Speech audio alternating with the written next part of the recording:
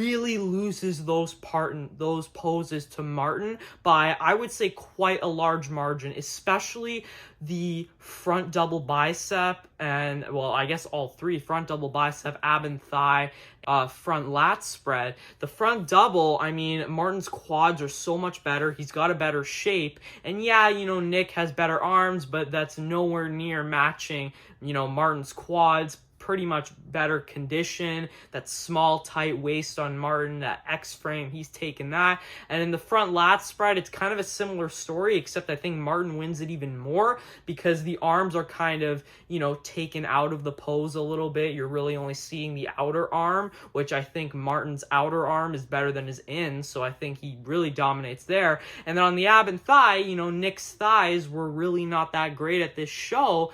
And, his waist is not all that small. He doesn't have that taper. Whereas Martin, I would argue, has the best quads in the world right now with the crazy striations, crazy fullness.